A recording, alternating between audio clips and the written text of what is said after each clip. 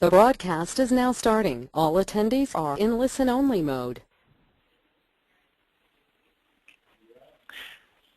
Welcome, everybody. We're going to get started in just another minute, so glad you're on the line already. We have already got 60 people signed up, so that sounds great.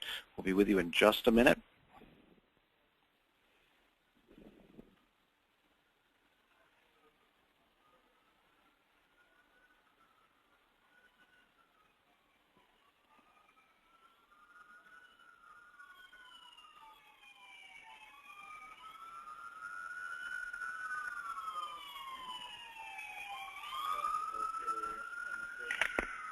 They are.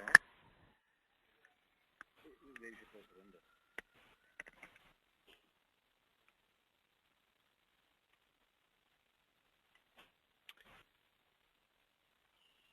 Welcome to the Leaders in Housing Counseling call. We're very glad you're on the line. We've got a crowded house already of lots of people on the line, and I think we've got a pretty crowded agenda, so we're going to move right into it. A couple things heads up just so that you're aware. The first thing is that NationStar, I think we mentioned this in the emails, had asked to make a presentation to the housing counseling community about how to access them and work with them. As we all know, NationStar is growing very rapidly as a servicer, taking over major portfolios with Bank of America and others. So we thought this was a good opportunity. They're going to be on after our main call. So we'll do the hour-long call we usually do, and then the next half hour will be the people with NationStar. So you don't need to get off the line. They'll come to us, and I think we've already sent out their PowerPoint presentation, but we'll put it on the screen as well when we get to it. We're also going to try to encourage some discussion, and we're going to need to get better at this, so it's all a learning curve. I think, as we've said in the past, the problem is if you do the discussion through your computer using VoIP, there can be pretty fierce feedback, and so until they've improved the technology, we'd like you to call in on your telephone. So you stay on the computer. There should be a telephone number you can dial in direct on, and you'll get a PIN number and put that PIN number in. If it doesn't take it, you could still do the PIN, but do a pound first, and then the PIN number, and then another pound.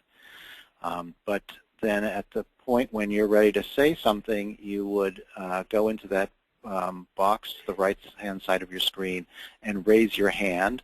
And then Matthew will try to open up several lines or several people. We might not get to everybody, but we're going to try to figure out how to do this on this call so we can do it more routinely, regularly in the future. And then when the NationStar part happens in an hour, there'll be a real opportunity to do back and forth. There is no problem with using the chat box if you'd prefer, and we'll try to get some of those as well. We're going to have 3 areas that we could have discussion on. We don't have to, but if people want to chime in, that'll be around pricing our work for the FHA Back to Work program, certification of counselors, which you should feel free to speak to. We're having Judy Hunter, who I hope many of you know from RCAC. She's been doing some thinking about these questions and talking with others, and will give us her reactions, and so there's be an opportunity there. And then, of course, with NationStar, and if we have time, we'll have a few minutes to talk about what kind of questions people want to ask. But if we get too crowded, we may just have to jump into their session without that. Okay, well, glad to have you all on the line. So we traditionally start out with a federal funding update. So Matthew, where do we stand these days? All right, thanks, Bruce. So basically right now, all the action with the federal funding is in the House of Representatives and really specifically with the Republicans in the House. Kind of important developments. Last week there was going to be a vote on a continuing resolution. That continuing resolution would have kept funding the same at the current levels, including the sequestration cut. So that works out to be roughly $42 million for HUD housing counseling funding, $77 million for NFMC funding. What happened, though, is that at the really last minute, and this is becoming a familiar line, but the Republican leadership pulled the bill when they realized that they weren't going to have the votes to pass it. The issue, actually, it wasn't the spending in there. There was not really big objection to the the spending levels, it was actually to Obamacare. So folks may have been maybe following this, but there's a big push to defund Obamacare. That bill included a kind of a symbolic defunding of Obamacare. The 30 or so kind of hardcore conservative members of the House Republican caucus weren't satisfied with the kind of symbolic defunding, and so they weren't going to vote for it. So that led to the bill being pulled at the last second. So now where we are is there's a vote scheduled for tomorrow. Essentially the same bill will continue funding at the same levels, but would actually defund Obamacare. The thing is that virtually nobody thinks that the democratically controlled Senate would, and so this bill is expected to pass the House tomorrow. But nobody expects that the democratically controlled Senate will go along with it, and certainly President Obama wouldn't sign a bill that defunded Obamacare. So it really puts puts it back on the House Republicans to see what they're going to do. Really, the two options are, one is they kind of blink and agree to continuing resolution, at least in the short term, presumably with current funding levels, including sequestration cuts, although there's some effort on the Democratic side to get rid of sequestration, or they don't blink and there's a government shutdown. Most people think that the Republicans don't really want to shut down. The consensus is that it would be worse for them than it would be for the Democrats, but you do have this kind of hardcore 30 or so members on the far right that may decide that sticking to their guns and is more important than the danger of the shutdown and the harm that it would cause. So I guess the bottom line is that it still seems like the most likely outcome is that there will be a continuing resolution that will fund the government at the current levels, including the sequestration cut, so roughly $42 million and $77 million for housing counseling. That will be a short-term thing, probably say through the end of the year. But there is since the last time we talked, a slightly greater chance that there'll be a shutdown. That still does not look like the likely outcome, though. So that is all I've got for the federal funding update. And a frustrating situation it is. And I appreciate all the comments people have made about how difficult and unworkable the situation is. Unfortunately, it is our situation. And so that was a reason we wanted to move forward with at least some steps that HUD could take that would limit the damage done to housing counseling operations.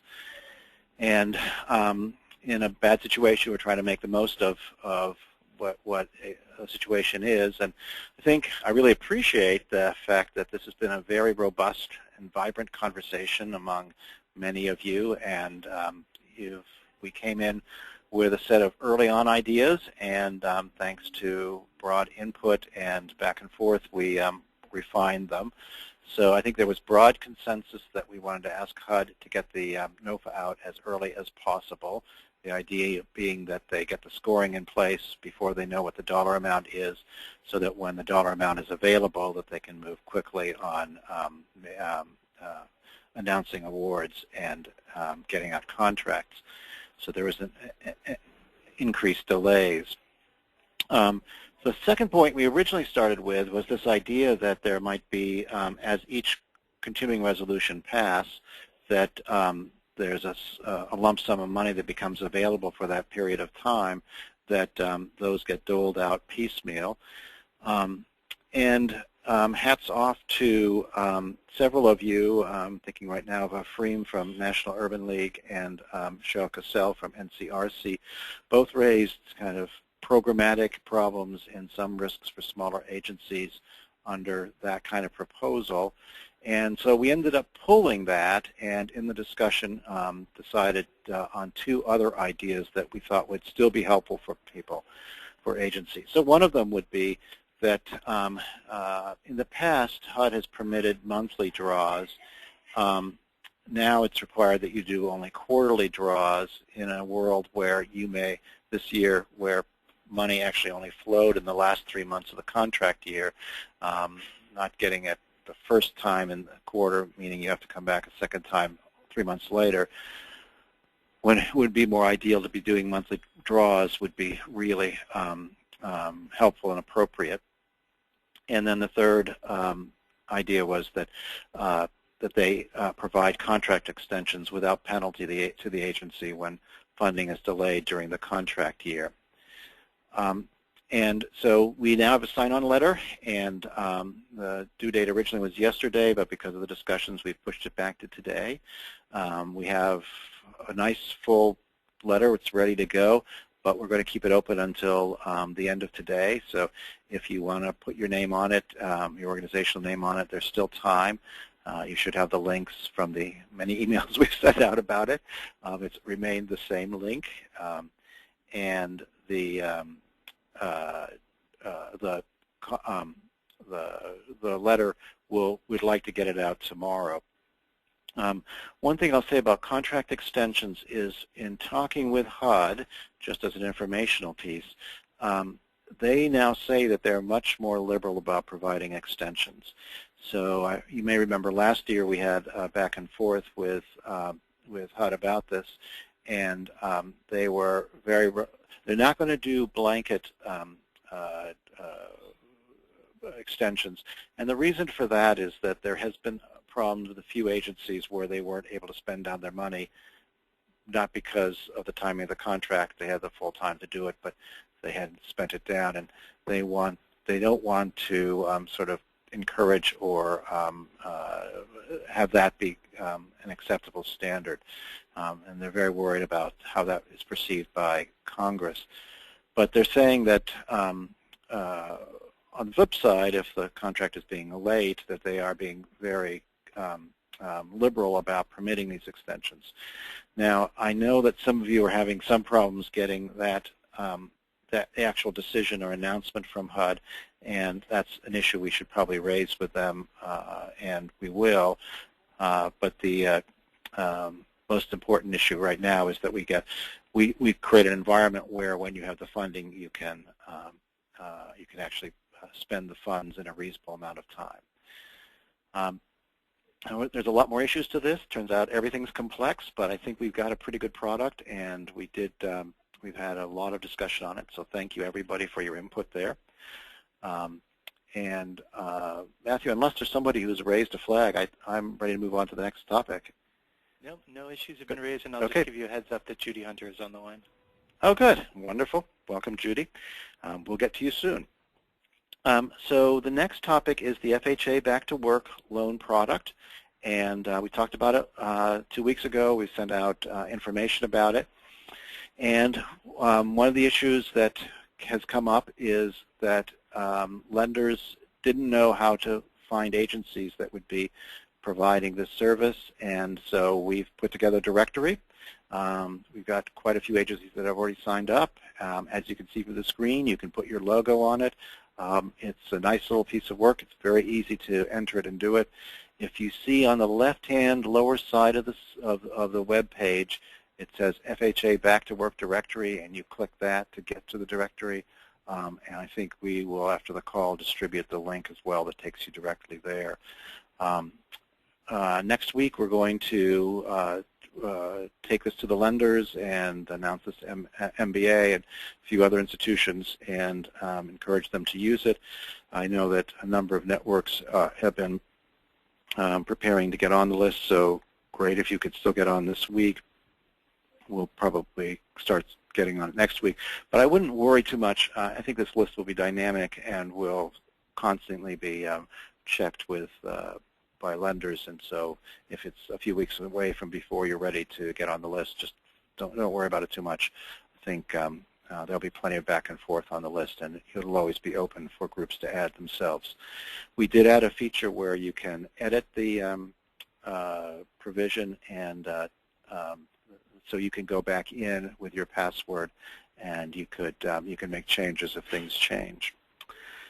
So the big question has been, how do people price what it costs to provide the FHA Back to Work counseling? And the idea here has been that there's no new funding for this product, and obviously we're in a world of short of funds, so there's no requirement that you charge. And HUD did not mandate that lenders pay for the counseling or that anybody pays for the counseling. But we thought that we would put in a line. HUD did have a provision in the original announcement simply saying that it's possible for lenders to pay for the service. And so we put in a line on the survey or on the directory that simply said what you would charge per client for the counseling service. And and some of you have filled it in, some of you have left it blank, presumably you're not charging or you want to talk to the lender about it directly. All of that's fine. We're not really trying to impose anything. We're really just trying to keep doors open. But it has been an interesting conversation. We've gotten lots of people asking us what should the charge be. So we've set up a poll, and we're only allowed to have 5 answers. So this is limited in how we can handle this. But the idea behind the poll is that, and you don't have to be doing the back-to-work counseling. We're really trying to get what your thinking is about what the charge should be for per client for this work. And I know some agencies have thought about maybe not doing it per client, but doing it some other way, and so that's maybe beyond the reach of this poll, but certainly you should handle it however you think is the most appropriate when you're dealing with the lender. But the poll is open now, so feel free to fill in where you fit, where you would fit in this range of numbers.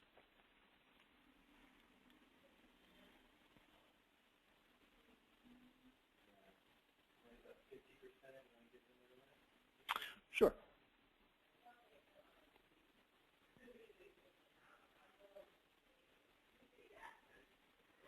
Well, I bet that's fine, don't you think?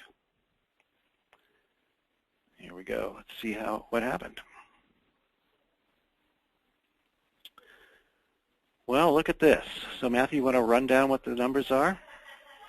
Yeah, so we had about, say, 65 or so people vote. It looks like the leading was nearly half of people said $51 to $150.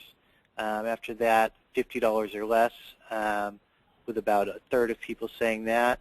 A decent percentage for $151 to $250, and then at the higher end, smaller percentages, I guess about 10% going $250 or higher. So this is pretty interesting, and I'm my role is really as an advocate, so I do what our organizations want us to do. So, but I also have, you may have noticed I'm an opinionated guy, and so let me just give you my opinion. I mean, frankly, just talking among friends here. So I think $50 doesn't pay for the work. I think that we have to figure out how to price this work in a way that it reflects our real costs. And it's not just the hour that the housing counselor spends with the client. It's obviously all the overhead and things like that. It's the cost of supervising them. It's the cost of the administration. It's the cost of the marketing. It's the cost of getting the trainings. It's the cost of being on this call. It's all those things that accumulate here. And as a point of perspective, and I think your organizations, I think there's a variety of reasons why organizations will price things differently, and all of which are good and principled. But it's worth keeping in mind that Bank of America charges or pays $300 per counseled loan for their CRA loans to agencies, which was next to the lowest amount in the pricing schedule. So it's a tricky thing, and I know it's a competitive market, but I think we also need to think about it in a way that drives sustainability. So that's my 2 cents. Who else has got some thoughts here? We do have some comments coming in by the question box. First, have you all discussed the potential difficulty of having lenders pay? When the counseling has to be completed 30 days before a loan application, is there a pretty big variation between how organizations handle having lender-paid counseling? Well, I think, so I'm not quite sure what the difficulties are you're describing, but one of them is how to collect. And so here's a way to imagine this may all work. So you either have an existing relationship with a lender, or a lender comes to you through the directory, and then you work out essentially a contract that says this is our pricing, and these are the services. Please refer people to us that you've got, and we'll refer people to you as well as we'll refer to other lenders. I like these kind of statements to have a sentence or two which reaffirms the independence of the housing counselor. I think it's really important to establish that we are not an agent of the lender. We are an independent professional organization, and chips fall the way where they fall on the counseling sessions. But having said that, having a contract that clearly lays out the expectations and responsibilities of each party would give you a platform on how to do the business. All right, we have some more comments. First, I think it depends on who's paying. HECM fees are $125 for counseling that takes about 2 hours. I don't know if you want to respond to that, or I have some other comments I can read as well. Right. I mean, I think none of us think that the HECM fee it covers the cost. I think it's it gets subsidized as well from HUD housing counseling funds. I mean, that's pretty inexpensive. It's a great deal for what you get. All right. Just my 2 cents. It all depends on state and diversity of clientele, and they say which is very high in Florida.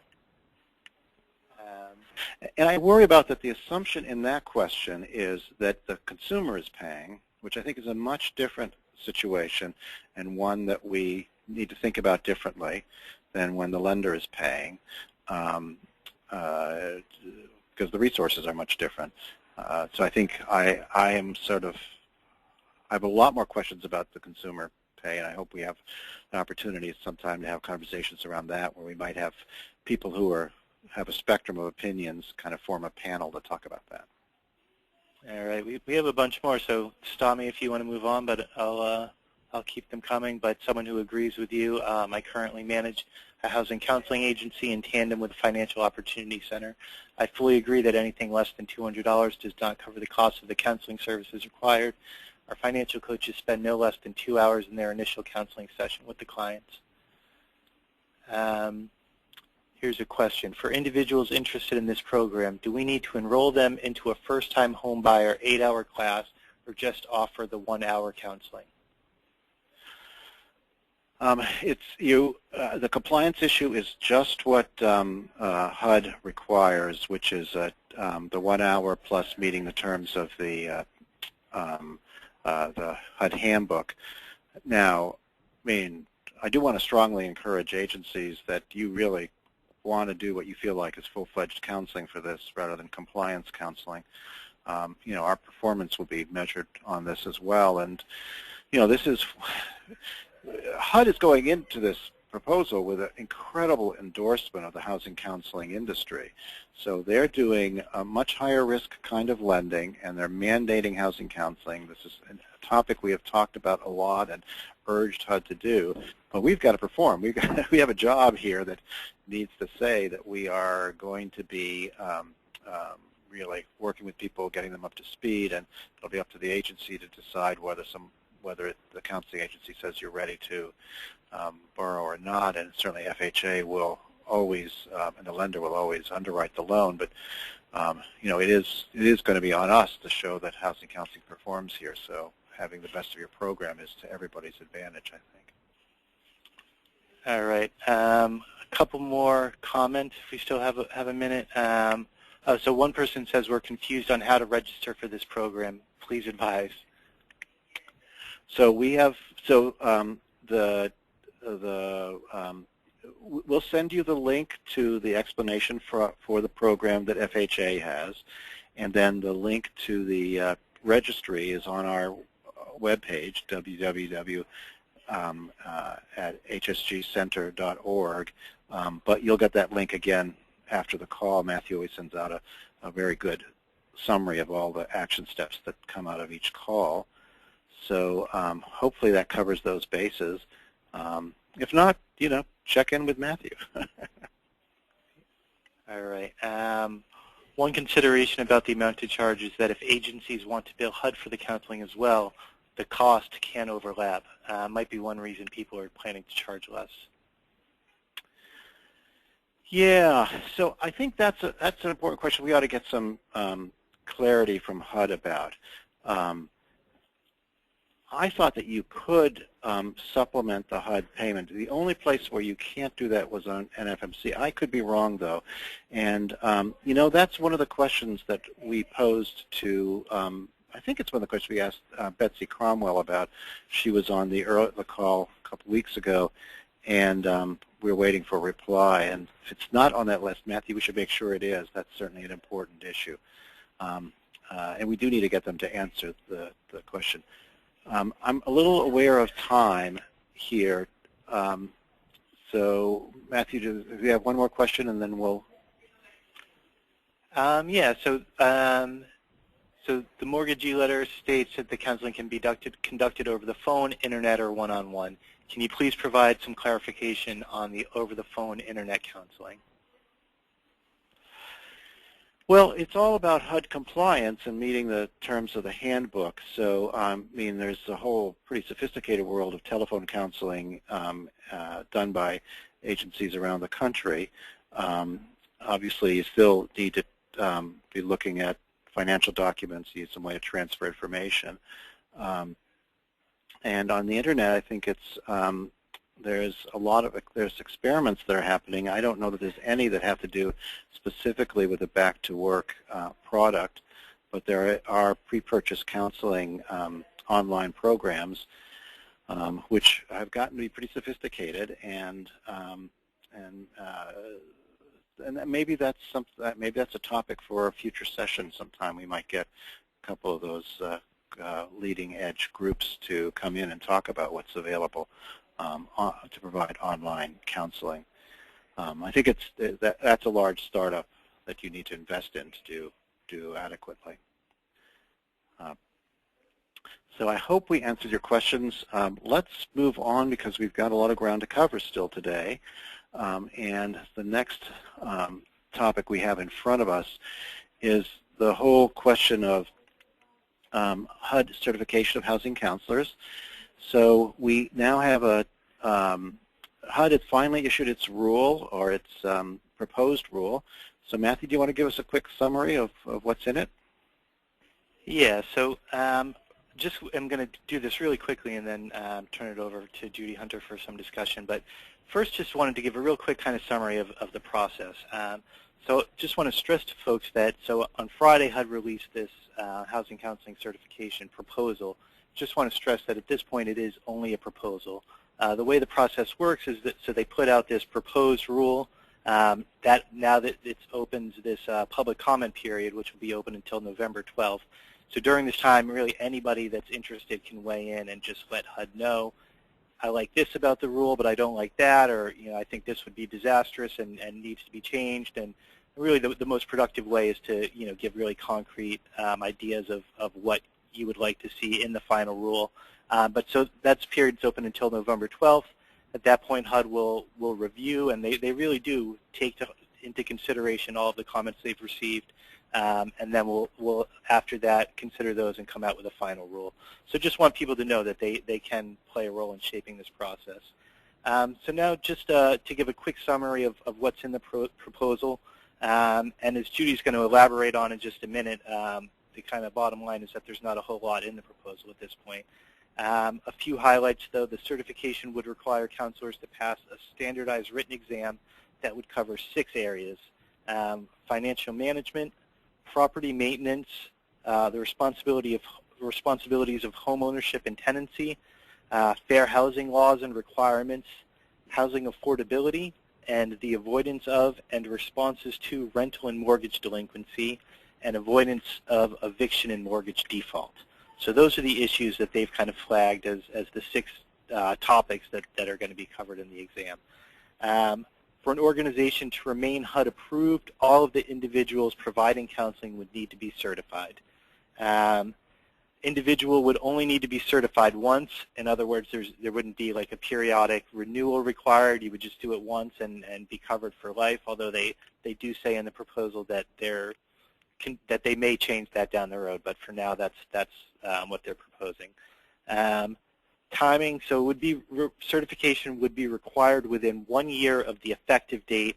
I'm not going to get into the details, but really that means the earliest possible we're looking at is kind of early 2015 would be the earliest that certification would be required by. So it is a ways off at any rate. And then another important point for folks on the call is the cost.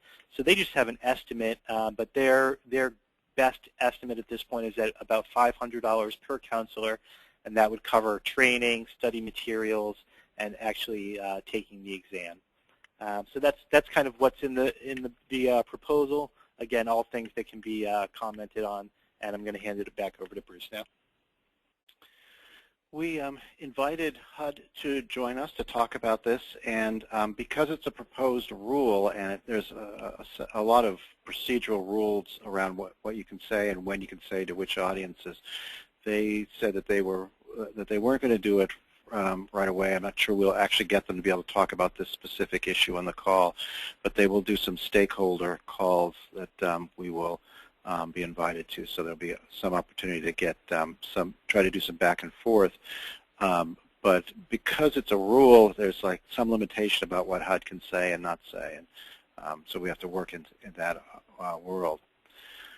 But hopefully many of you know Judy Hunter, who is one of the kind of the keen observers of the housing counseling world and has been helpful to many of us in kind of raising the bigger issues that we need to think about in our work. And Judy's active with the RCAC and has a long history as both in the housing counseling industry and as working as an intermediary. So I thought it would be great to have her give some of her thoughts about and what she's had in discussions with others about certification, and then open it up to what other people's thoughts are as well. So Judy, what have you got to say? Well, good morning. I guess for some of you it's good afternoon. So, when I first read this, it was, oh, okay, no big deal. It's pretty much what I expected.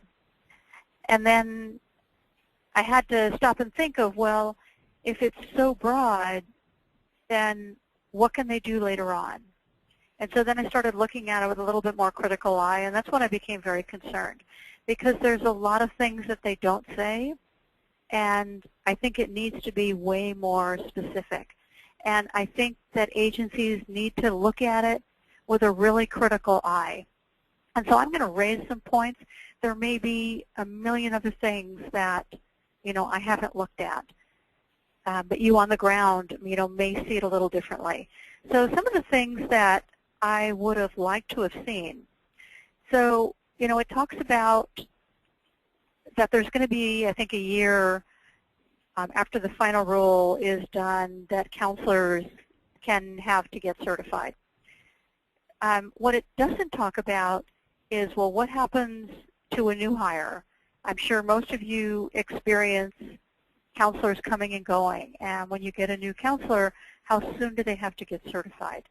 And then what happens if they don't pass the test? And that would be the same, during that year certification thing, and they talk about that it's going to cost about $500. But what happens if someone doesn't pass? How many times can they take it?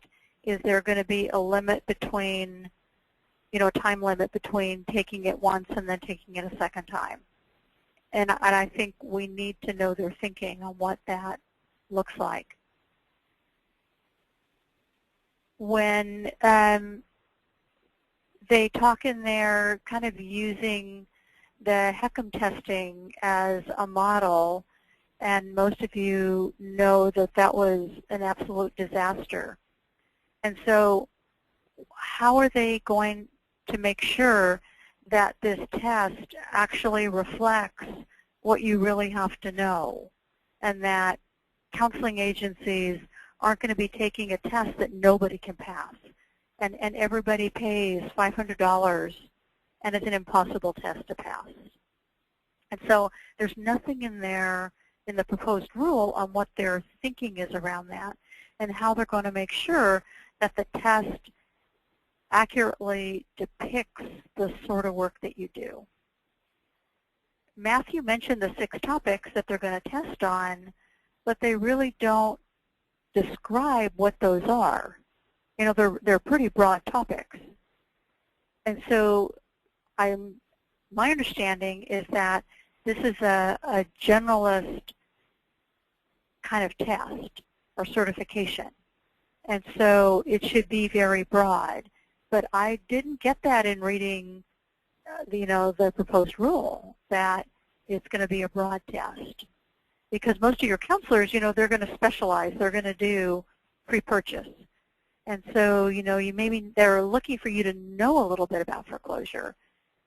But how much are they going to be looking for you to know? How much are they going to be looking for you to know about rental? And it's not talked about in there. And I think it's really crucial that we know what they're talking about. And since they didn't put it in there, it makes it very hard for you to respond. And so I think folks need to be very critical of that. The ongoing testing requirement. And so, this is a big can of worms because they say, we don't think we're going to do it, but yet we're leaving the door open that we might. And, that's a real expensive proposition for counseling agencies on, well, what does it mean? Do I have to get, are you going to, in 2015, are you suddenly going to decide that I have to get recertified in 2 years? Or that I have to take $1,000 worth of continuing professional education? And so we're hoping that they're not going to do that, but they're leaving themselves too big of a doorway to make decisions later on that would hurt counseling agencies. And so I think they need to be nailed down more on what their thinking is on that.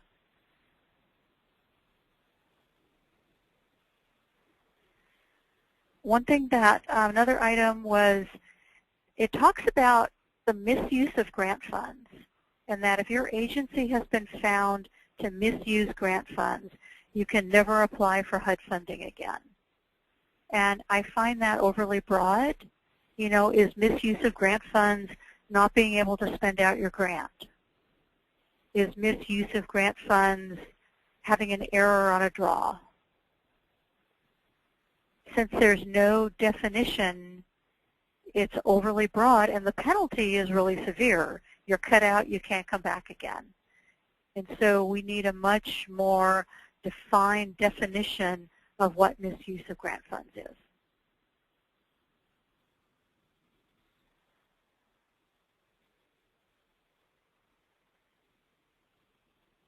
Another question I had, so in the handbook, you have to have, a counselor has to have 6 months experience. And so, but what happens if you hire a new counselor and they kind of have related experience and they're able to pass the certification test, within a month? Does that then waive the 6 months requirement? So they don't talk about that. And, and I think we need more discussion on that. We represent rural agencies, and it's not uncommon for a lot of them to only have one counselor. And so what happens when this agency loses that one counselor? And I think they need to lay out some scenarios, because there's a piece in here, and I was fumbling for it and couldn't find the actual page, but they talk about that you have to be HUD-approved agency, and then your counselors all have to be certified. Once all your counselors are certified, then you're considered a certified agency. And you're going to have counselors coming and going. And so you can be a certified agency, you have a counselor leave, and then you're not certified. And then you can be a counseling agency that only has one counselor, and you lose your counselor. And so I just think they needed to flesh out their thinking on how that works and what happens to an agency. I mean, do do you lose your ability to do counseling at all if you lose that status? It's just overly broad and needs a tighter definition on what that means. And I think they need to lay out what some scenarios are and how those might look.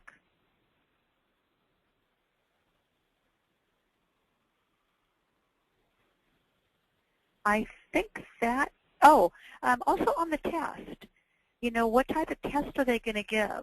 Is it going to be an essay test? It's going to be a true and false test, multiple choice test. And again, just circling back to when I talked about it in the beginning, is who's going to be making sure this test is actually testing the things that you need to know, so that the test that goes out on day one is a fully vetted test, so that we're not replicating the HECM nightmare. That was it. Well, that's pretty comprehensive. So, Matthew, do we have some people either raising their hand or submitting questions, comments? Yeah, so the first, I have a few hands up that I'll get to in a moment. The kind of main comment that's come in so far has been concern over the estimated cost of $500 and who is going to pay for that. I don't know if you or Judy want to weigh in on that, but I don't know that there's an answer at this point to that question. Well, one thing in the proposed rule says that the cost ultimately rests with the counselor. And so, as opposed to the agency. It's, I think you take a look at page 13 and 14. It talks about it actually resting with the counselor. Right, right. And so the agency will probably pay for it. That would be my guess. I think you can use HUD funds, but if Congress isn't allocating funding, then agencies would have to find funds. So it's a huge can of worms, but all this goes back to it being part of the Dodd-Frank legislation. So HUD, to a certain extent, their hands are tied. And you can certainly, I'm sure that they will permit it being charged to the HUD contract, but there's no new money. There won't be an extra $500 per counselor coming into that because the allocation for HUD housing counseling will be tied to whatever congressional allocation is. So a difficult problem for all of us. One area that, you hesitate to bring this up, but one area that we've thought about is are there things that we might go to the lending community about doing a kind of a comprehensive helping the community about? And so one idea was technology. Another one might be these kind of training fees. But looking if there's subsidy places that might pay for some of this. But it's going to be a problem. And it's going to take staff time, too, which is an extra cost as well. Right. But it's part of our reality. All right, we've got a bunch of questions, so I'm going to right now call on Patricia Primo, who has her hand up, and we should be able to hear her now. Are you there, Patricia? We can hear you. Patricia? Hello? Hello, hi, you're on live. Yes. My question is, some agencies, for instance, NHS, we are very large agencies with over maybe 18 counselors. I would like to know what happens in that case where you have to pay $500 per counselor and funding is something that is not guaranteed within a year or 2 years. You don't know if you'll be funded for the same amount from HUD, the following year or the next year. What would happen? I think this is what we've already, I think there's no new money that comes from HUD unless Congress allocates it. So I don't think that we have a great answer for you there.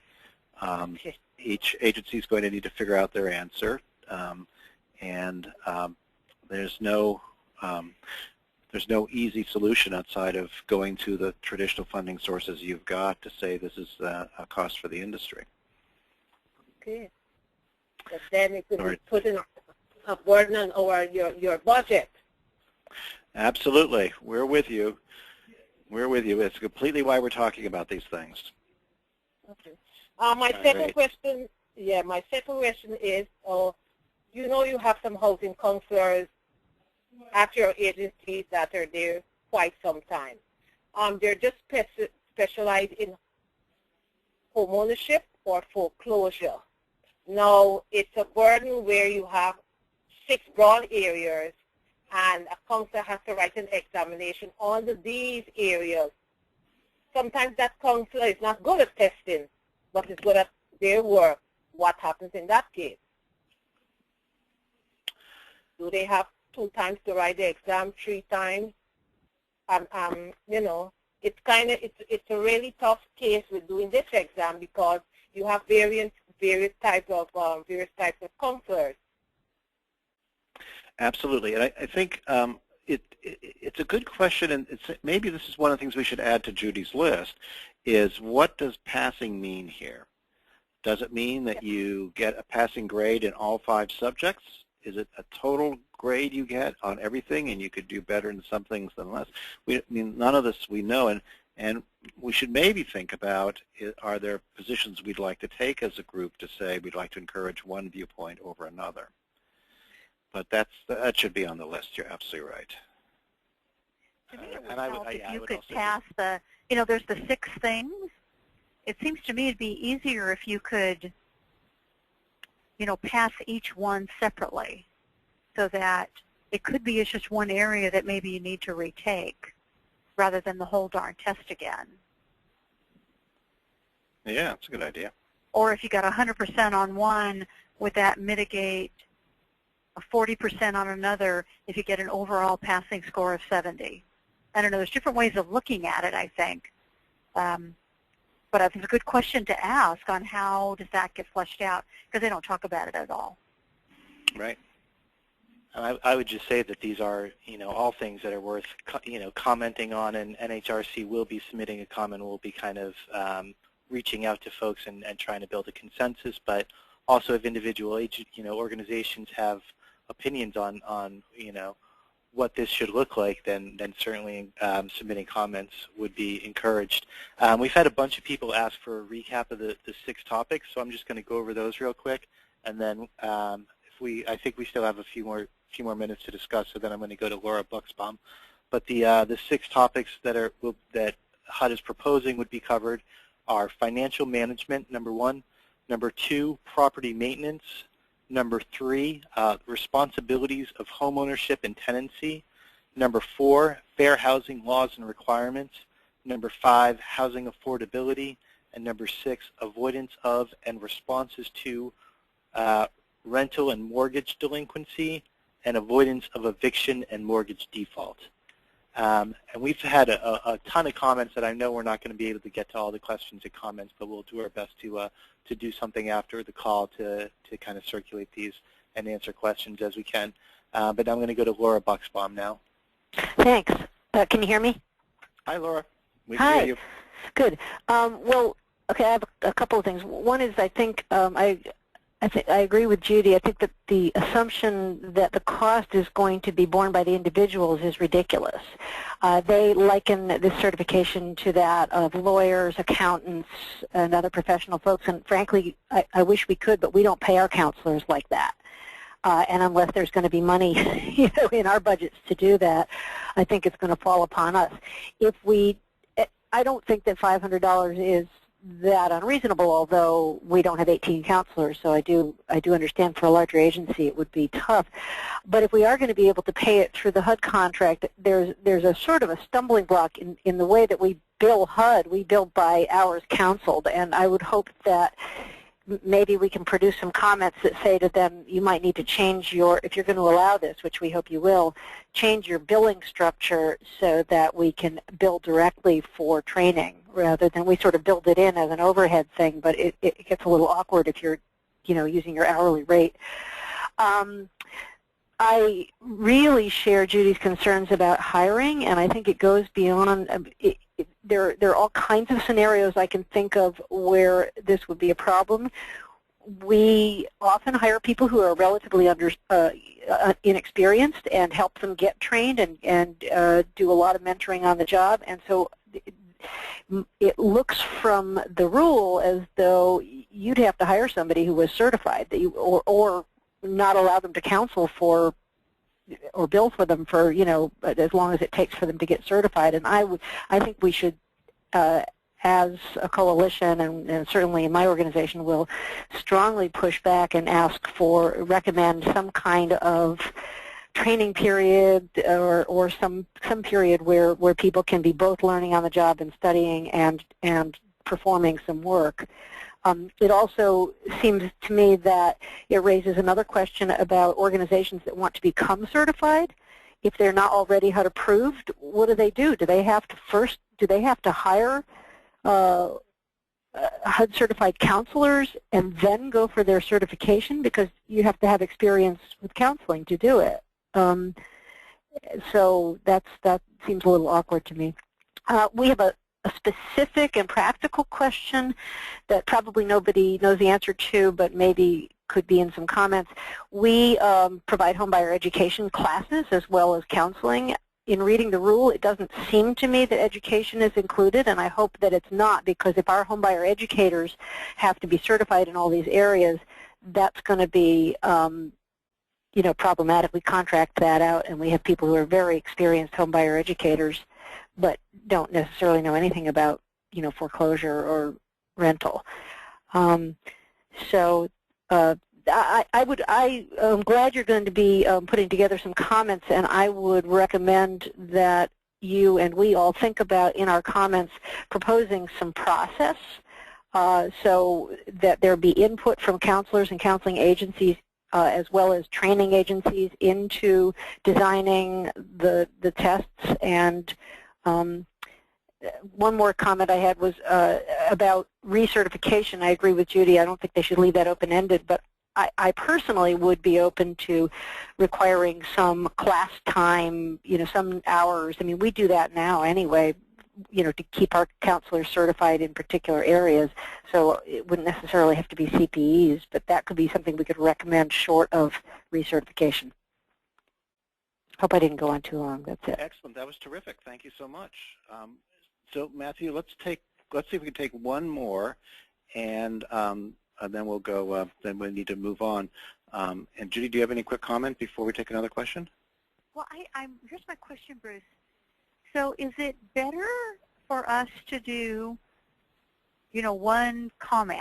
So like you guys do one comment on this that reflects everybody, or is it better for you to do that and then all these agencies to also flood HUD so that it looks like mass? You know, much better for us to do it, to do all of it. So when we submit a comment from the National Housing Resource Center, it will get a lot of attention at HUD. But if there's a groundswell as well, and they don't all have to align perfectly, and in fact, we may have a diversity of opinion around things, and HUD should know that. But if there's lots of input coming in, and it's specific and concrete, that makes everything much stronger. And it doesn't have to 100% align with the NHRC comments, and it doesn't have to 100% align with other agency comments. You know, complexity and diversity of opinion is not a problem in this process. In fact, they need to know about that. But we want more is better here. More is more in this situation. Well, that's why I wanted to make sure, so that, you know, Absolutely. the good comment to agencies is to start looking at it and then comment based on how it affects your agency. And then you can do it on, you know, a little bit more broader, so that it's how you think it's going to affect most of the agencies in the country. Right? Great.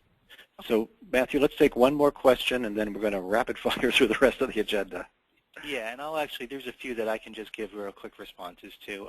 First, just a bunch of comments, people agreeing with the points that Judy made. One person asked about online testing. That is something that HUD indicated in the proposal that they're looking into. They mentioned that in the kind of trying to keep costs down context. Do we know who is going to create the training and testing? So they said in the proposal that they are considering, they essentially are considering whether HUD is going to do it or whether they're going to outsource it. and they'll let us know in the final rule what the decision is there. So it could go either way at this point. And just a lot of people have asked the question of whether existing certifications that different counselors have are going to be sufficient. And as it's proposed, that will not be the case. That there wouldn't be any carryover of an existing certification. Again, that's something that you could comment on and say, I think such and such a certification is rigorous enough and should count. I think it's probably unlikely that HUD is going to accept other certifications. Just to add to that, we've had Sarah Jarek on the call in the past, and she was sympathetic to this grandfathering issue.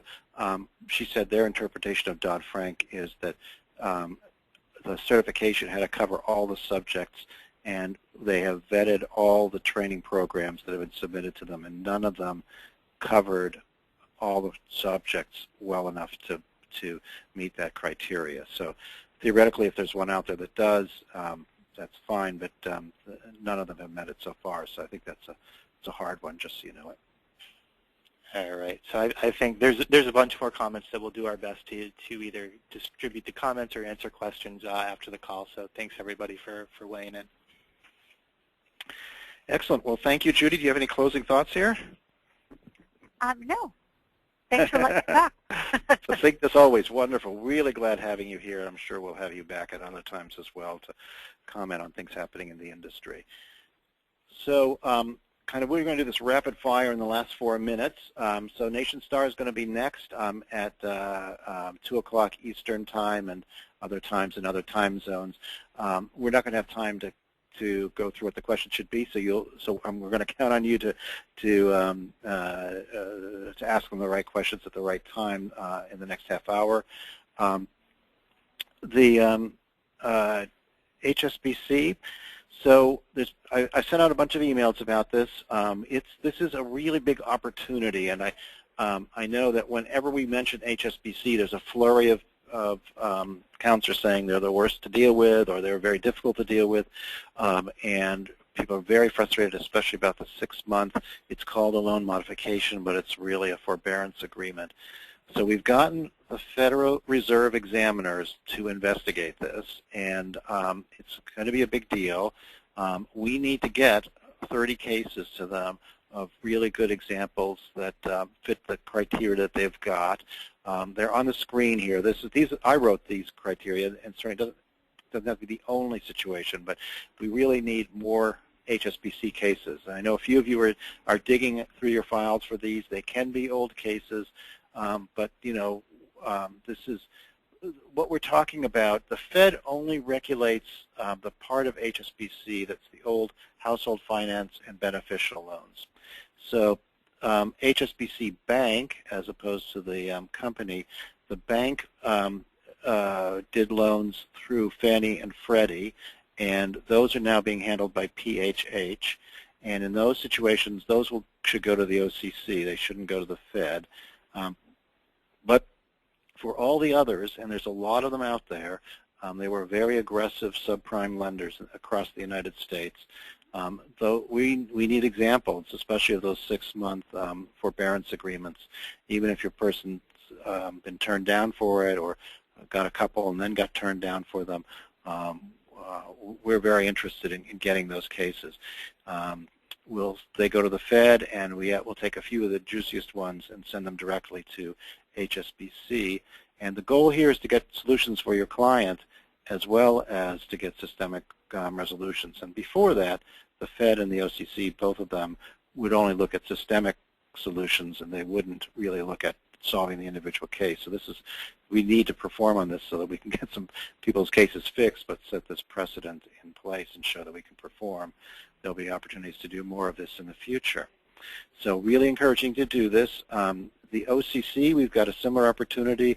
I know we've been putting a lot on your plate, so we're going to only put that out next week. And they have a little bit different format of how they're going to do it. At this point on the HSBC cases, please send them to me, and I'll get them to the Fed, and a few of them we will try to get to HSBC directly.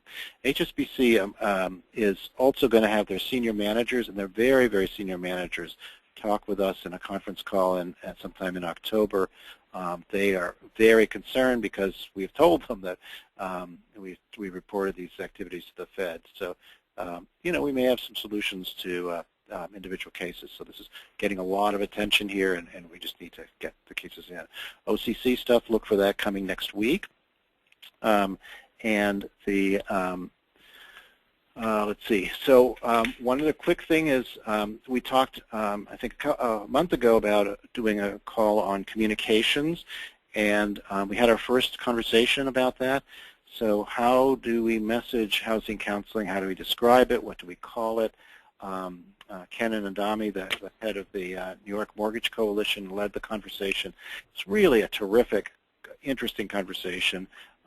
We have a few openings if people want to join that conversation, especially if you've got some communications background. But our whole goal here is to figure out how to kind of describe our work more succinctly, more effectively, that it's engaging for the public, for policymakers, and in between. This has been an ongoing conversation, and we're sort of saying, well, about time we kind of started making some conclusions here. So please feel free to join us on that one as well. And the way is just let Matthew or me know that you're interested in being on the list, and we can add you to the list. I know a few of you on the line are already there.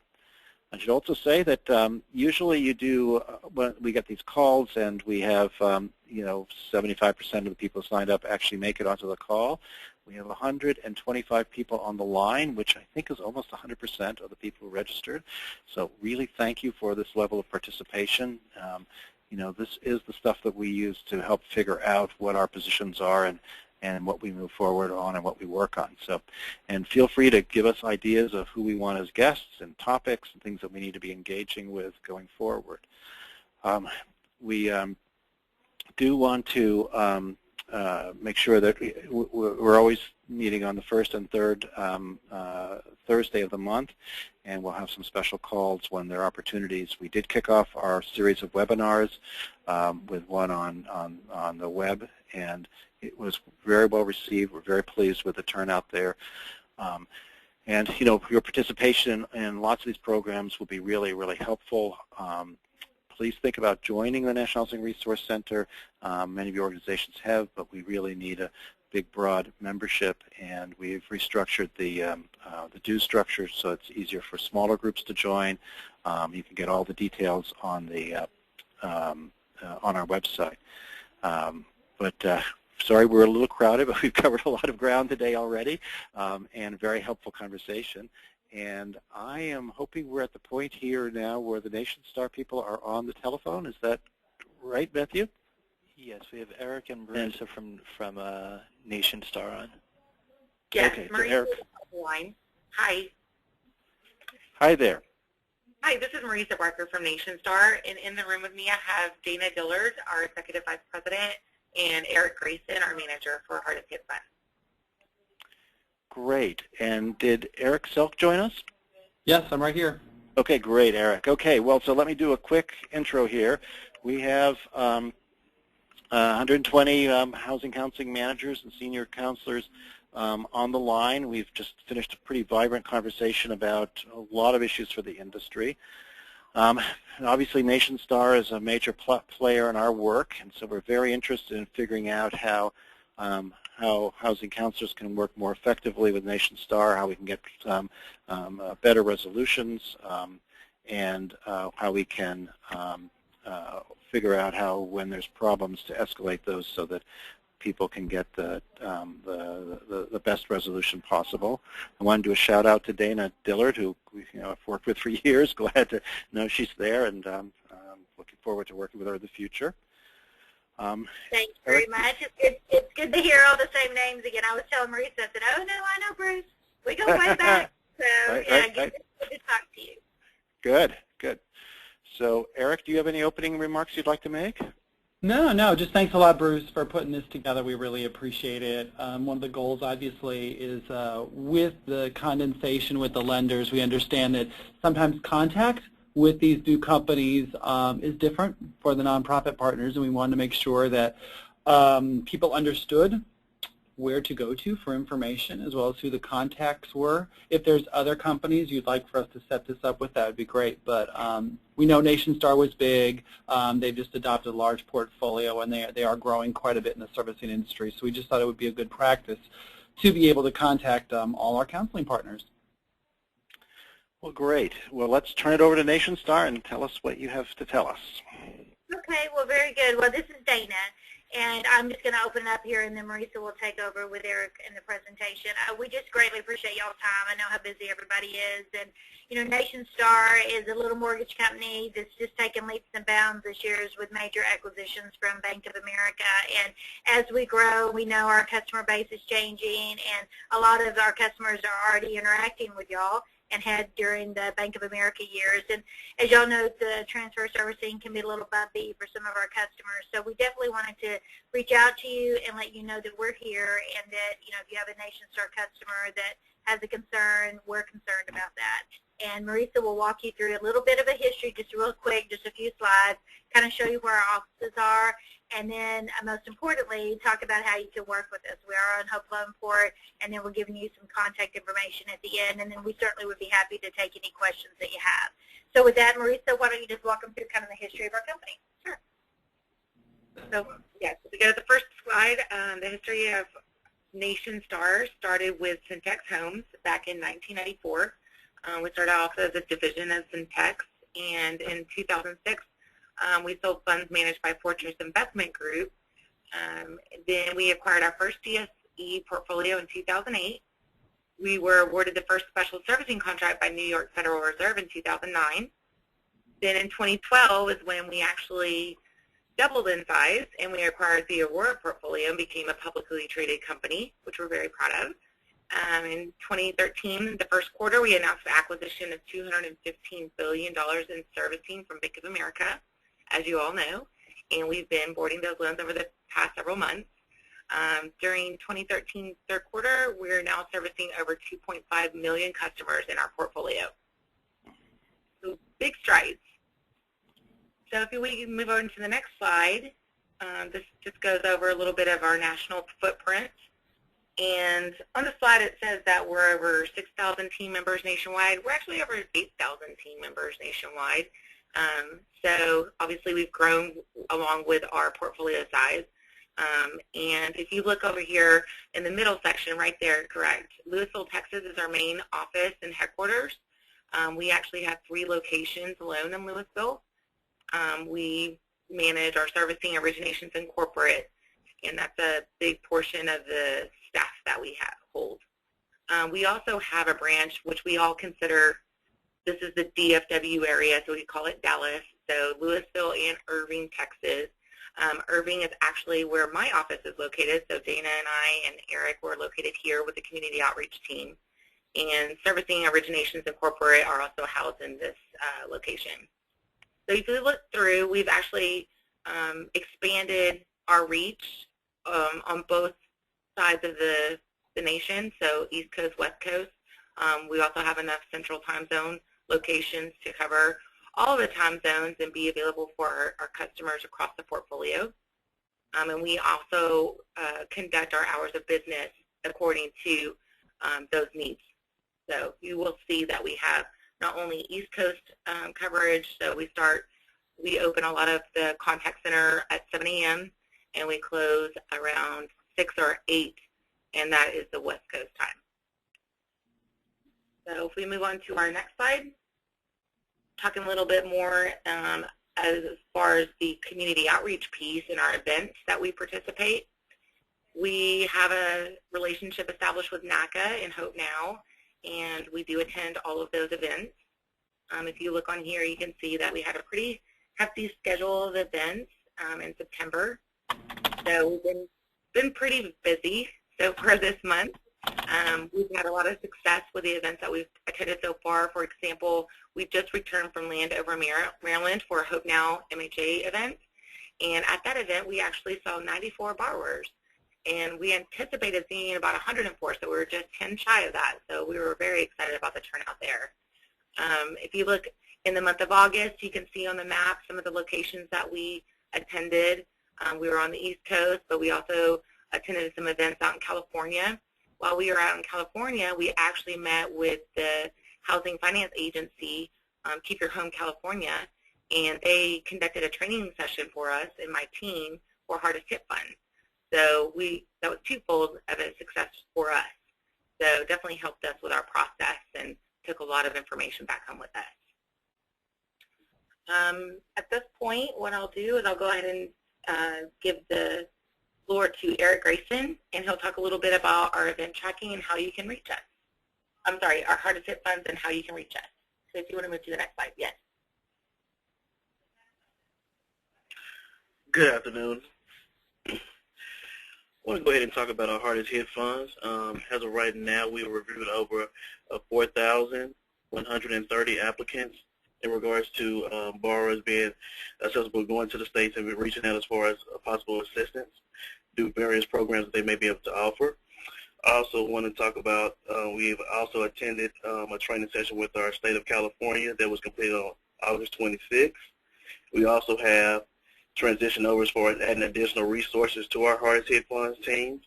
We also transitioned over our Hope Loan Portal to where we added additional resources and staffing in regards to that as well. We validated new policies and procedures as far as documentation, and we have moved forward with our automation process within our CDF records and our operational reporting. All right. Oh, also, before I move forward, Bank of America loans, we also have a soft landing process where we're pretty much taking a hands-on process with anything that comes over in flight and is going through the Hope Loan Portal. Pretty much we're on top of it. There's no need for the counselor or any agency to resubmit those documentation. Those documents will be automatically transferred upon boarding. Moving over to our next slide. How do you contact us? We can be reached directly at community.partners@nationstarmail.com. Again, we are active users of the Hope Loan Portal. Our direct telephone number as far as hotline would be 888-497-2432. Escalation paths. As you can see, we have both our community partners outreach inbox, and we also have our direct hotline number there available for you. Again, I am Eric Grayson. I'm the manager of our outreach team. So we have Brandy Mikulinka, who is our assistant vice president, which is attached to her name, telephone number, and email address. Also, we have Marissa Barker, who is our vice president, and Donna Diller, who is our executive vice president. I do want to go ahead and open up the floor if we have any questions, comments, or concerns. So Matthew, why don't you take a look and see what we've got available? Who's raised their hand, or if we have things in the chat box? All right. Peter Felix just put his hand up. Let's see if Peter, do you have a question? Yes, I have a question and also a comment at the same time. We're starting to see more and more, obviously, files being transferred from Bank of America to NationStar, and I'm just kind of curious, how versed are your counselors or SPOCs with the California Bill of Rights? Because we're seeing great number of violations in California with the violation of dual tracking. I mean, just recently today, we've been on the phone for hours trying to stop a sale day when a file is actually being reviewed for modification, and under California's Bill of Rights, that dual tracking is not supposed to be in place. This is Dana. Yeah, with regard to the California Bill of Rights, we do, we're aware of it. There was a whole project behind it in implementation of the spirit of the bill. So we would love to take a look at any loan that you have, and I think that's really our message today, is for our counseling partners, that this email address that we've given you and the 800 number are back doors strictly for counseling agencies. So if things are off track like that and you need someone to take a special look at things, we want you to use that email box and that phone number, or call any of us, or email us and let us take a look at that with you. Y'all know that transferring loans can be a little bit bumpy, and sometimes we're only as good as the data that is transferred to us. So we would love an opportunity to look at that with you and make sure everything's in order. Now, have you guys also reached out to the California State Monitor regarding having access to you guys? Because I know we reported the situation to them, and they were also trying to reach out to someone, and it seemed like even with them being involved in the Attorney General from California, it was kind of very hard just to be able to stop the sale day at the 12th hour today. Well, I'm sorry to hear that. And yes, we do work very actively with all of them, and a lot of that's done in our compliance department, and they're kind of the point of contact for the states. But yes, we have worked actively with them, and I've worked with other nonprofits in the state, and we've updated them, so I'm surprised to hear that. But Okay. I appreciate you saying that. We'll reach out to those folks. Thank you. And one thing I would recommend, one thing I would recommend as well, when you do contact us through the inbox, if Right. you would put subject line urgent sell date, and that will alert us as well to prioritize that request. Also, Right, and most of the communication that we were doing through the Hope Loan portal was, Okay. you know, with the subject, you know, sale date, stuff like that. And it seemed like, you know, this was still hard. Even though we knew the sale date was set up, like, you know, maybe 2 weeks ago, we've been trying for the last 2 weeks just to trying to be able to get a hold of anyone to be able to listen to what was going on. Okay, man, you have got the back door now. Right. So that's Yes. I so appreciate you saying all of that, because that's exactly why we have these kind of calls set up, because we're here and we're trying to get the word out. And so you know, I mean, you can call any of us directly, you can email any of us, and then obviously for routine issues, you have the community partners mailbox. So I appreciate you saying that, and that just tells us that, you know, we have more work to do when it goes to getting the information out. Perfect. And then also with the community partners inbox, be also the information of the place we would go to if we have a collaborative nonprofits in the area that set up workshops besides the Hope Loan and the NACA events that you guys can come out and participate in. Yeah, that'd be great. If you have an invitation to an event, we'd love it. It's all the same kind of the group. We all have that all here together, so that would be perfect. Okay, perfect. Thank you. Okay, we appreciate your comments very much. Thank you. Great. Thanks, Peter. So who else have we got, Matthew? So we're going to try to go to Pat Pinto, who's connected by VoIP but has his hand up. So we'll see how it goes. Pat, can you hear us, and do you have a question?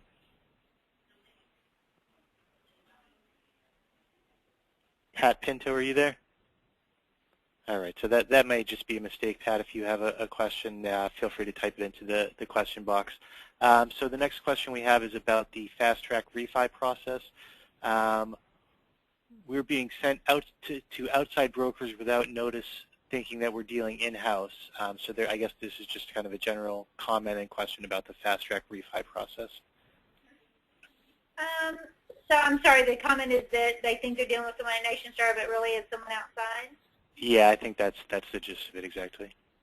You know, I don't know about that. I know that we have a fast-track refi program that's going on right now in the month of September, and that we have certain customers we think qualify, and we're mailing them notices.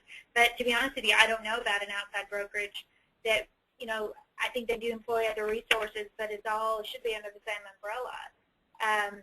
Has there been a concern with working with them, or they didn't feel like it was legitimate, or do we know? We don't know, so I'm sorry, I can't really elaborate on the question. So the person who wrote that question, shoot an email to Dana Dillard right now and get it on our desk. That'd be perfect. We're happy to facilitate that. Yeah. The next question we have is about how to escalate a file. Okay.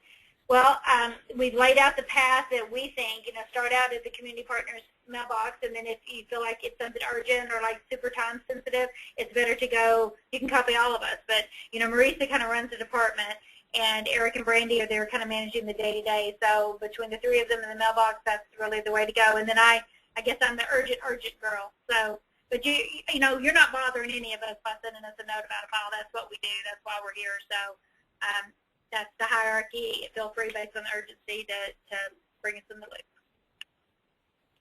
All right.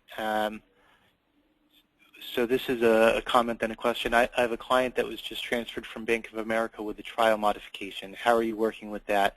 Are you honoring those? Yes, we are. If they were on trial payment at B of A, they're coming over, and we're honoring the same agreement that they had there. We do have quite a bit. I mean, these transfers, like the one in July, was north of 200,000 loans. I mean, they're big chunks. So sometimes, like Eric said, we're getting files sent over via Hope Loan Port, and then we're also getting files sent over that were not out, they're outside of a loan port. And so some of it's taken a little while to work through, but yes, we will honor what they had going on at B of A. Great. All right, so we are going to try now to go to Pat Pinto again. Pat, can you hear us? Are you there?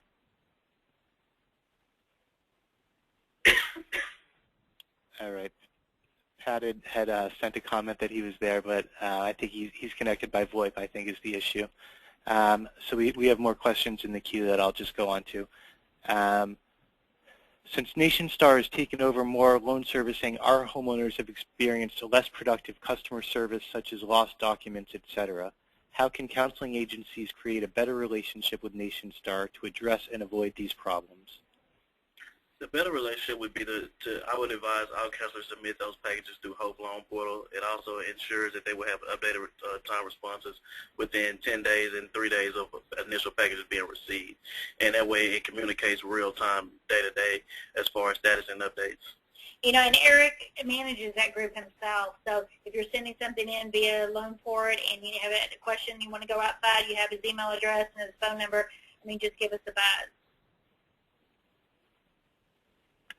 All right, and Pat Pinto has submitted his question. He asks, why do we have to start over with a loan mod when the file is transferred to NationStar? Actually, you do not. If Bank of America sends us information that the loan was in a trial, we honor that. If there was a file in Hope Loan Portal, Hope Loan Portal is actually moving those files over to our queue. So we actually don't have to start over. If you're being asked to start over, then my immediate gut is that we didn't get any information that that loan was in a trial and we're trying to validate it. But we're happy to take a look at any loan. If that's the situation with your customer, please just give Eric or Marisa an email with what's going on with the account and we'll take a look at it. But if the documents are sent to us from B of A, we're honoring it. But again, sometimes, you're just as good as the data that was sent to you. All right, and this is the last comment or question. We have some more coming in now, but so the next is really just a comment. But we recently had a homeowner with a sale date, and we were unable to get a reinstatement amount until late in the afternoon before the sale. No one responded, especially the single point of contact. Even the attorney received no response until the day before the sale. This put the homeowner at grave risk in trying to put together the correct amount to reinstate. So no real question there, but that's a comment. I don't know if anyone wants to respond to that. Well, those situations are always so trying because, it ends up being this 11th hour fire drill that we're trying to avoid, up until that time. And so, I'll just be honest with you. Some places I've worked, there was a big portfolio that we owned. That where I worked, that we owned it, and we had a lot more flexibility to pull the trigger on different things. But here at NationStar, we don't own any of the books of business. We're servicing them for Fannie and for Freddie and for private investors, and we have lots of guidelines that we have to go by, including how close to foreclosure sale can we suspend things. So I'm just so sorry that happened. In the future, if that happens to anybody, obviously we'd rather know about it sooner than later, and it is hard. I've seen it done. But it is hard when you're butting up against the day of sale or the day before sale to try to retrieve things. So I hope that you will engage us sooner than that and let us, with a loan mod thought process and, in our heads and in your heads, try to do something more preventative ahead of time. But I'm just telling you, the investors are very tight when it comes to pulling back when you're the day of sale, the day before sale. I'm not excusing the non-responsiveness. We should be there for y'all and respond to y'all, but I'm just saying we do have guidelines that we're having to work through, and hopefully we won't take it all the way to foreclosure sale day before we try to get engaged. So hopefully now you have the back door and you're going to be able to get a hold of us way ahead of time. I'm sorry to hear that. All right, we have just one more question in the queue, so if anyone else has other questions, please get them in now or raise your hand. But the last question we have for now is, when specific forms are required, will it be possible to get the forms uploaded through Hope Loan Port to download? Yes, that exact example has been brought up to my attention today. This is Eric Grayson speaking, and we're going to work with our Hope Loan Portal team to make sure that, especially with our government forms that are required, updated within the Hope Loan Portal. Great. Well, that's all we have. Also, can they upload trial and permanent mods?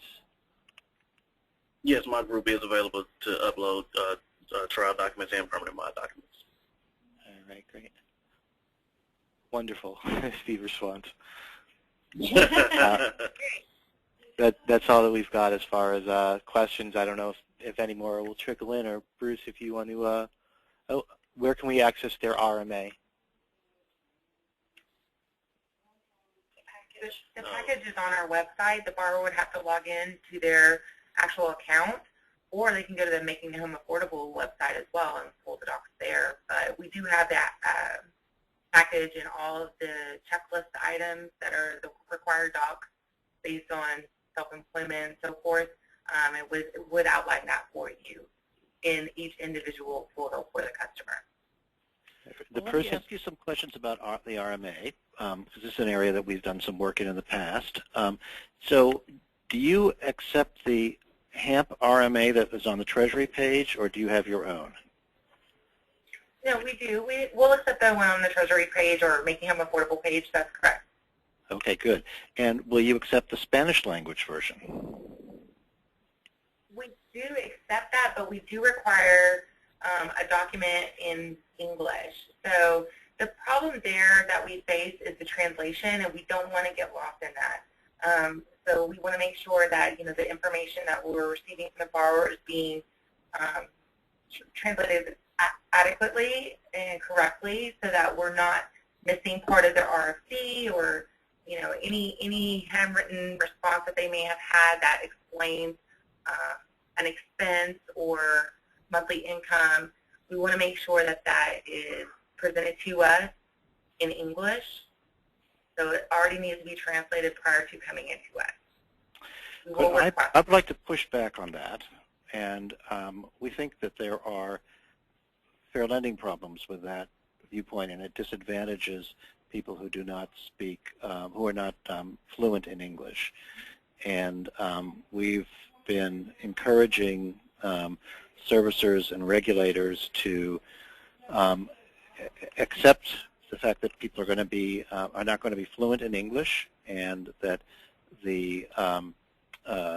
that you need to have the capacity to handle that. That essentially the loans were originated to people in languages that they were familiar with, even though the documentation even though the loan document probably wasn't that way. They were sold to them in the with that language, and we really want to get the servicing community to look at servicing in the languages that people are familiar with, especially in the most common languages.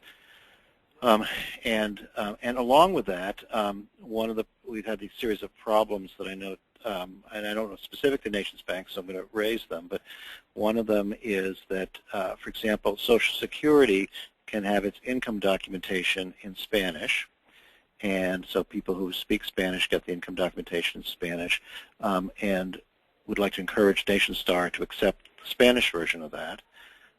Because it's a government document and it's proof, and we think the Treasury is going to soon require it anyways, thanks to our advocacy. Are you familiar with the problem, and do you think you could start doing that? Well, I'd like to take a look at it with our legal team and see what they think. Yeah. So do you have a sample document or something you could send us that I could put in front of them? Well, we have a list of issues we've raised, and we could give you that. There's a lot of them. So it's exactly around all these issues to help people who are not fluent in English. And then another set of issues that counselors have run into is where there's a language barrier where you have not submitted the RMA yet, so you don't have a written authorization in your system, but the client is sitting in the room with the counselor, and they call into the servicer call center. Some servicers have said that the counselor is not allowed to speak, and they only are allowed to speak with the client directly, even though the client gives verbal authorization. So are you familiar with this problem? We will accept the verbal authorization. As long as the borrower is present with a third party they would like to put on the phone, we will accept that during that phone call. We won't accept the future call if the borrower is not present, but we will accept it during the course of that conversation. Right. Okay. So that's an important issue for us. That's good, because some services have not been doing that, and it's been quite a problem, especially when there's translation involved. I had some more questions come in. Oh, okay, Maybe good. we could go rapid fire through these because I know we're running out of time. Can we email community outreach for your application documents? Sure. Yeah, we'll take it as that. That's not a problem. I'm sorry? That's not a problem. Yeah, that Okay. would be a proper, of course. All right. Is there an escalation contact for FHA loans that have a delay in getting the final modification? Yes, the escalation contact is Eric Grayson, and my contact information is also on the screen. All right, great. And then just going back to the RMA, there's the person that had asked about it originally said that the RMA on the website is a 2007. Well, I don't think there's been many changes to that document, so that would be the reason, because it's taken directly from the Making Home Affordable site. So we have not experienced any problems with the document, and it has the affidavit on there, the budget and expense outline, so it's still a valid document. Someone says there's been several changes this year. Well, there have been changes with the documents that are required. I Right. think you're right. I think we are behind in updating the ones that went into effect 9/1. We have not updated that as far as documents required, on the 4506T and on the back-end expenses, not, needs and expenses or the bank statements. So, but that's what we're using currently. All right. I think that's all the questions that we have in the queue. We were right at 2:30. Great. All right. Thank you very Good much, job. everybody. We appreciate y'all's time and how active the conversation was. We really do. Great. Thanks a lot, everybody. Okay, thank Bye. you. Thank you.